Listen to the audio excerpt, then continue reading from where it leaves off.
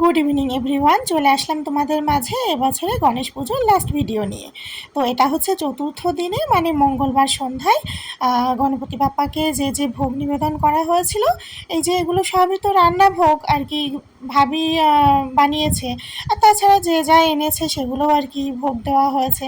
গতকাল বুধবার ছিল গণেশজির পঞ্চমতম দিন, মানে বিসর্জনের দিন। তো বিসর্জন তো হয়ে গেছে, আর এগুলো কিন্তু আমরা মঙ্গলবার সন্ধ্যায় করছিলাম। যারা যারা ভাবিদের ঘরে পুজোতে এসেছে, মানে ভাবিদেরই পরিচিত বা রিলেটিভদের মধ্যে যে যেরকম পেরেছে সেভাবে ভোগ বানিয়ে এনেছে।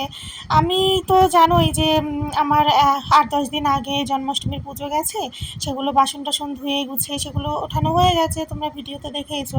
ওই জন্য আমি আর রান্না করে কোনো ভোগ বানাতে পারিনি, আর সেই রান্না ভোগ আর আনতে পারিনি আমি। সেজন্য এনেছি ওই যে ৩ রকম ফল দেখছো না এপাশের থালায়, আপেল, মুসাম্বি, লেবু, কলা আর মিষ্টি নিয়েছি। তো তার মধ্যে থেকে একটা দুটো করে এখন ওই সন্ধ্যাবেলা দিল। আর বুধবার মানে গতকাল সকালে হয়েছে হোমযজ্ঞ। তো ভাবি বললো বাকিটা থাক, কাল সকালে হোমযজ্ঞর সময় তখন ভগবানকে সেগুলো দিয়ে দেবো। তো সেই কারণে অল্প স্বল্প করেই এখন আমরা সেইভাবে দিয়ে সাজিয়ে গুছিয়ে নিচ্ছি ভগবানের ভোগের থালিটা। আর ভাবি ওদিকে পুজো শুরুর আগের প্রস্তুতিতে একটু ব্যস্ত আছে। মানে ওই যেমন একটু পঞ্চপ্রদীপটা সলতে তেল টেল দিয়ে আর কি রেডি করে নিচ্ছে। তারপরে ভোগের থালা টালাগুলো সাজানো হবে, বললো সামনে ওই জায়গাটা একটু মুছে নেব, এইগুলো আর কি। সব কিছুর তো একটা টাইম আছে, ওই জন্য আর কি ঝটপট করে নিচ্ছি।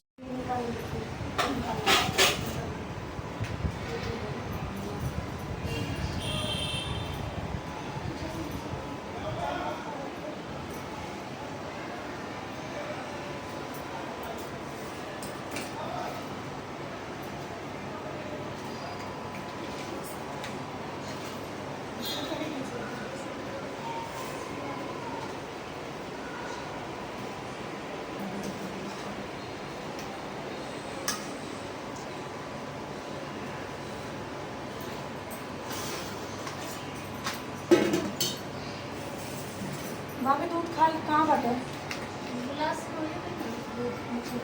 चीनी वो बर्फ ले बनी चीनी से साथ में चीनी डाल दो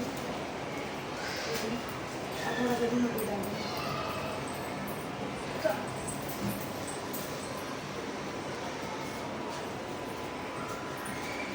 दूसरा रूम पे मैं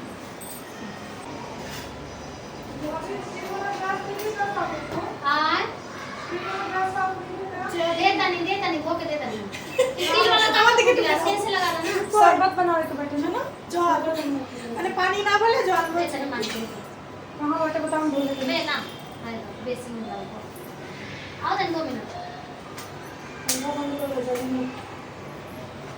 বাড়িতে যে কোনো পুজোর দিনে যদি ভোগ বানানোর ব্যাপার থাকে, আর সেটা নিজে হাতে করতে গেলে বাড়ির সেই মহিলার বা বউটার যে কী অবস্থা হয়ে যায়, সেটা তো মনে হয় আমার থেকে ভালো কেউ বোঝে না। বারে বারে আমার সাথে এরকমটা হয়ে থাকে। সেই জন্য না আমার চোখের সামনে কখনও কারোর বাড়িতে, সে পুজো বলে না, কোনো অনুষ্ঠানে যদি এরকম দেখি রান্নাবান্না কাজকর্মে একটা মানুষ এইভাবে ছুটে যাচ্ছে সমানে, আমার কেমন যেন লাগে, নিজের থেকে বুঝতে পারি না। ওই জন্য ভোগের থালা সাজানো হয়ে গেছে, যেখানে যা কিছু ছিল সব কিছু একটা একটা করে নিয়ে আমি এক এক করে আর কি সব কিছু নিয়ে ঢাকা দিয়ে মানে গুছিয়ে রেখে এসেছি। আর এদিকে দেখো তার মধ্যে দিয়ে আমাদের আর কি ভোগ লাগানো হয়ে গেছে, সন্ধ্যা পূজা, সন্ধ্যা আরতি সব টুকটাক হয়ে গেছে। আর এখানে কেউ একজন ভাবিদেরই পরিচিত সামনে ছিল। আমরা যারা ছিলাম আমরা তো ঠাকুরের সামনে বসেছি একটু ফটো তোলার জন্য।